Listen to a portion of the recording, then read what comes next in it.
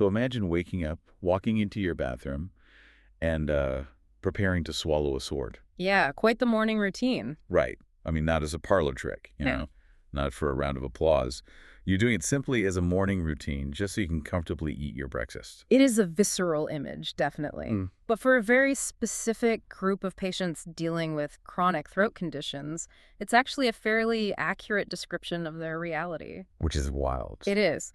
And while it sounds like, an extreme stunt, what we're exploring today is a highly calculated, carefully taught medical practice. And that is exactly why today's deep dive is so fascinating. We are pulling from a video transcript by Dr. Gautamukala S. Raju, and the topic is a medical procedure called Bougie dilator self-dilation.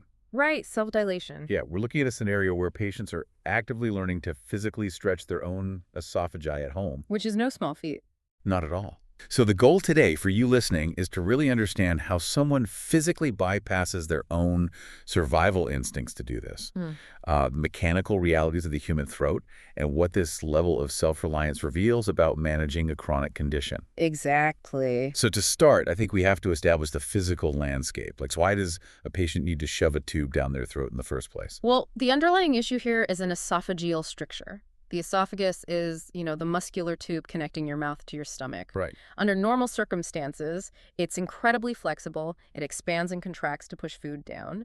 But sometimes, due to chronic acid reflux or maybe radiation therapy or other traumas, scar tissue forms. And scar tissue isn't flexible. Exactly. Unlike healthy muscle tissue, scar tissue is rigid. It contracts. So as it builds up, it creates a stricture, which is a literal narrowing of the tube. Oh, wow. Yeah, and when that passage narrows significantly, swallowing solid food becomes incredibly difficult, and eventually, even liquids struggle to pass. It basically becomes a microscopic bottleneck. That's a good way to put it. And the tool used to fix this, according to Dr. Raju's video, is a Bougie dilator.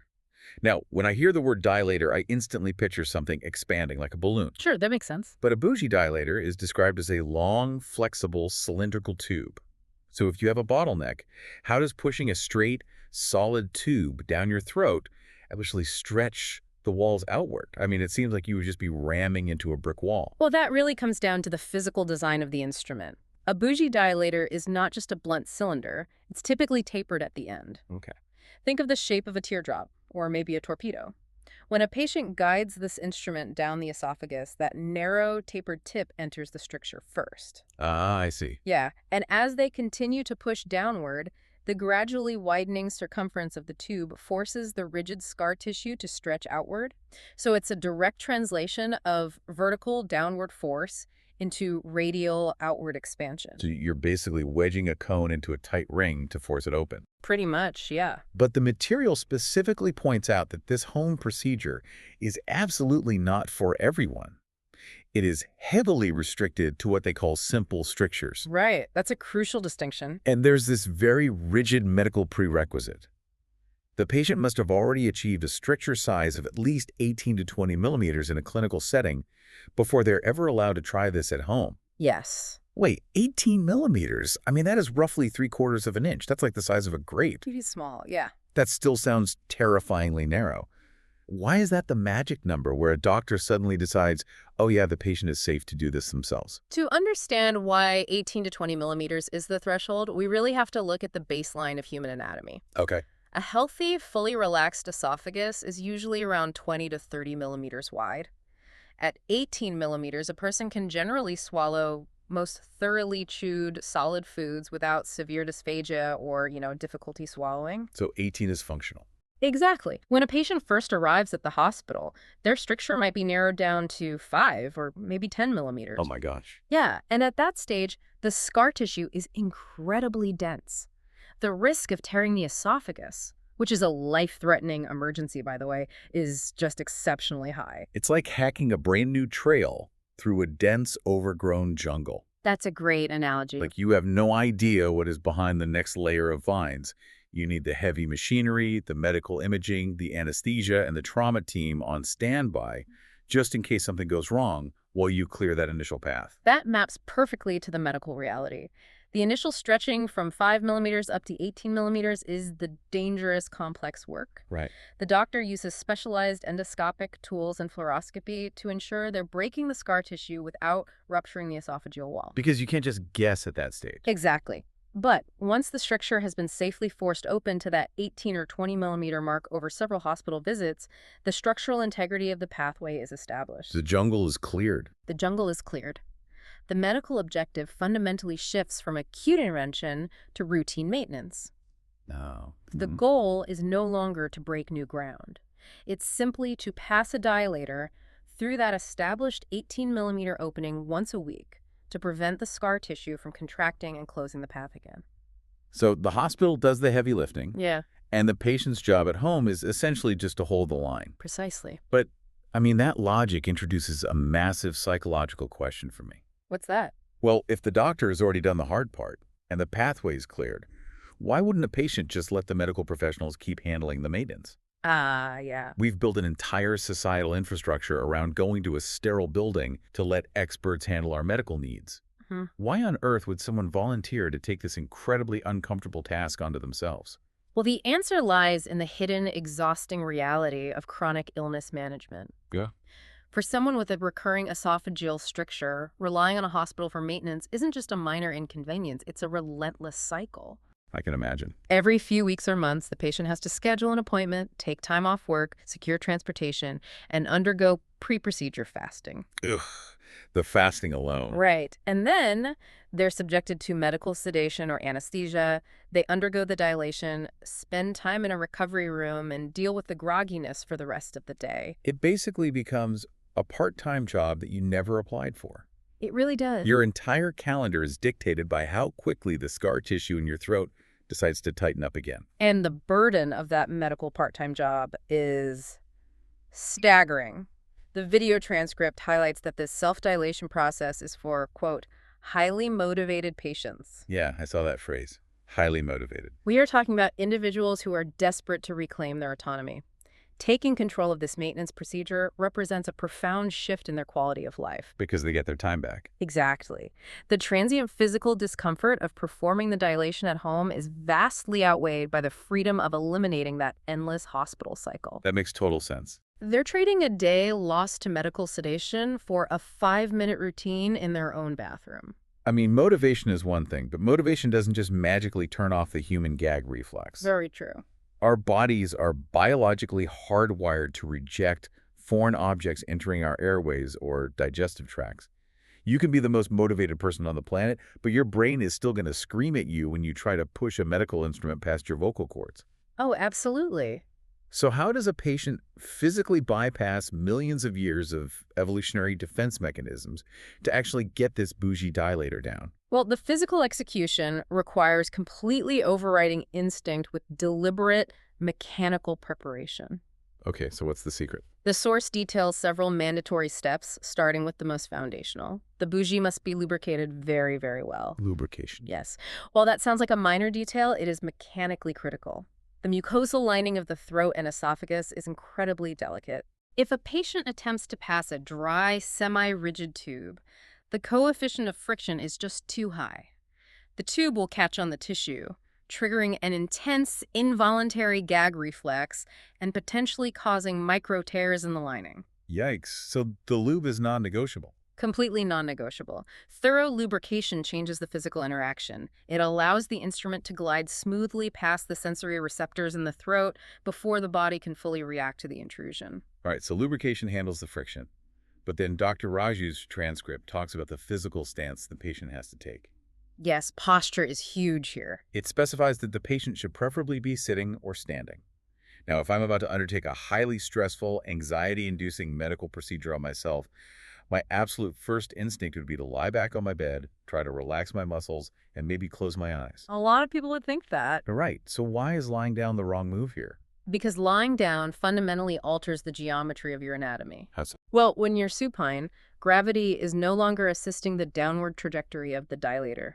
That means you have to use more active force to push it. Oh, that makes sense. But more importantly, the angles of your airway and digestive tract actually change when you are horizontal.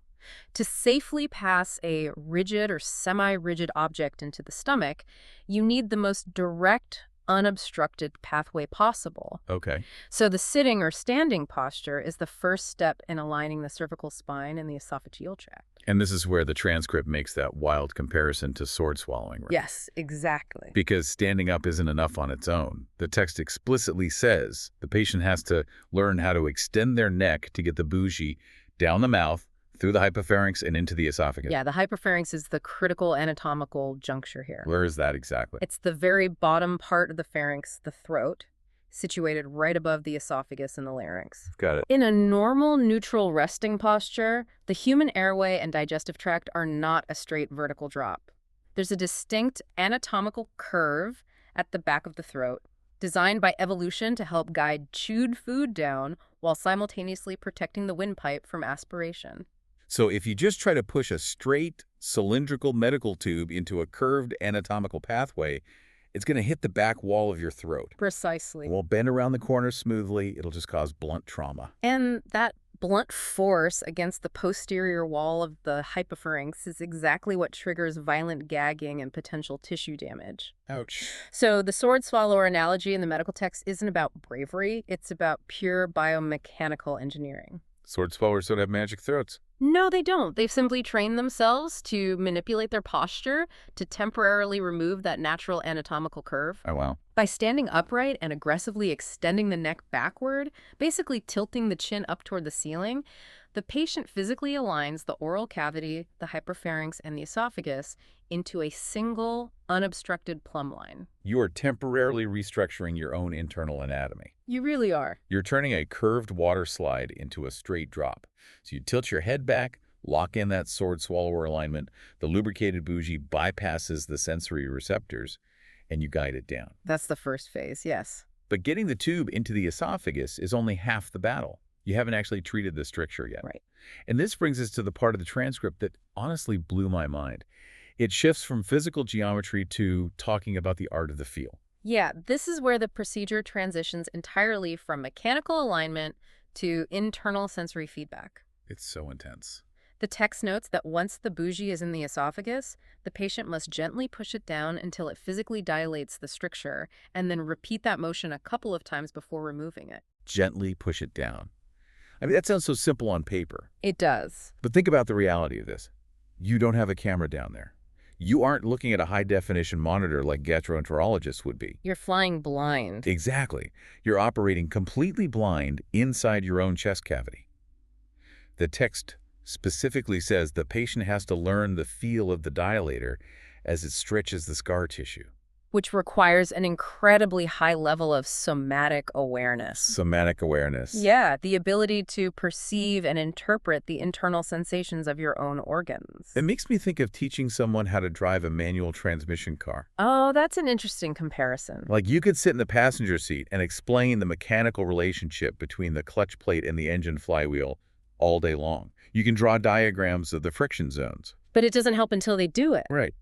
None of that matters when they're actually behind the wheel. Yeah. Ultimately, the driver just has to learn how to physically find the bite point. They can't see the gears engaging under the hood. They just have to slowly lift their foot off the pedal until they feel the vibration change in their leg and sense the subtle shift in the car's forward momentum. That is spot on. It's a physical sensation that simply has to be memorized through repetition. But in this scenario, the clutch is made of scar tissue, and it's located an inch away from your heart. The mechanical translation in your analogy is highly accurate. In the car, you're feeling the transfer of kinetic force through the pedal. Yeah. With self-dilation, the patient is feeling the mechanical resistance translated up the shaft of the bougie dilator into their hands, while simultaneously processing the internal pressure within their chest. Which has to be a bizarre feeling. It is, because the human esophagus doesn't have high-resolution tactile touch receptors like our fingertips do. Oh, really? No, it primarily senses distension or stretching, Yeah. so the patient is processing a very blunt, generalized sensation of internal pressure. And that raises a terrifying question for me. Yeah. If the sensory feedback is that blunt, how on earth does a patient learn to distinguish the feel of a productive, healthy stretch from the feeling of causing actual catastrophic damage. It's a very fine line. Right. Because if you push too hard on a car clutch, you just stall the engine in a parking lot. If you push too hard against a dense esophageal stricture, you rupture the organ. How do you know when to stop pushing? That distinction highlights why the initial medical instruction is paramount. A doctor does not simply hand a patient a bougie and a pamphlet and say good luck. I would hope not. The training process is an intensive course in visceral biofeedback. During the final hospital dilations, when the patient is awake but locally numbed, the medical professional guides the patient's hands on the instrument. Oh, so they do it together. Yes, they are actively helping the patient map their internal sensations to the physical actions. They're calibrating the patient's internal sensors. Precisely. They're teaching the patient to identify the specific tactile signature of the scar tissue yielding. When the tapered tip of the bougie meets the stricture, the forward motion stops. The patient applies gentle, steady downward pressure. They have to learn the difference between the rigid, unyielding block of healthy tissue or a severe narrowing versus the slow, microscopic give of the collagen fibers in the scar tissue safely stretching open. That is so complex. It's a highly sophisticated feedback loop. The hand applies pressure, the chest registers the internal distension, the hand feels the structural resistance, the brain interprets that data based on the doctor's training, and then the patient adjusts their force in real time. So they push gently, feel that specific internal stretch, pull back slightly to relieve the pressure, and then repeat the motion to ensure the 18-millimeter pathway is fully maintained. Exactly. It's honestly incredible to think about the level of focus that requires. We started this deep dive looking at an image that seemed alarming. A patient performing a sword-swallowing routine with a medical tube in their bathroom. Right. But unpacking Dr. Raju's material reveals something entirely different. It reveals a profound mastery of human anatomy and psychological resilience. It really does. If you think about the journey a patient goes on to reach this point, they start in a hospital, dealing with a stricture so narrow they can barely swallow water, requiring complex medical intervention just to clear a basic 18-millimeter path. A long journey. Then, driven by the sheer motivation to escape the exhausting burden of chronic hospital visits, they take on the responsibility of their own maintenance. They learn to override their most deeply ingrained survival reflexes. Overcoming the gag reflex alone is huge. Seriously, they master the biomechanics of their own posture, aligning their hypopharynx perfectly to bypass that reflex. And finally, they develop a level of somatic awareness so precise that they can safely stretch their own internal scar tissue entirely by feel. They transition from being a passive recipient of healthcare to becoming the active mechanic of their own physiology. Beautifully said. It fundamentally challenges the traditional boundaries of what we believe patients are capable of managing outside of a clinical setting. It really does. It's amazing when you think about it. You're combining the physical precision of a stunt performer with incredible mental toughness just to maintain a normal daily life. Exactly. And it leaves a very specific question lingering in the background for you listening. We are so conditioned to trust the glowing screens of hospital monitors and the heavy machinery of modern medicine. We really are. But if a highly motivated patient can be trained to safely perform a procedure as delicate as internal organ dilation using nothing but biomechanical alignment and their own tactile feedback, where is the actual limit of human adaptation? It makes you wonder. How much more of our own medical maintenance could we take back from the hospital if we were just willing to trust the sensations of our own bodies? Something to think about the next time you marvel at the complexity of your own anatomy.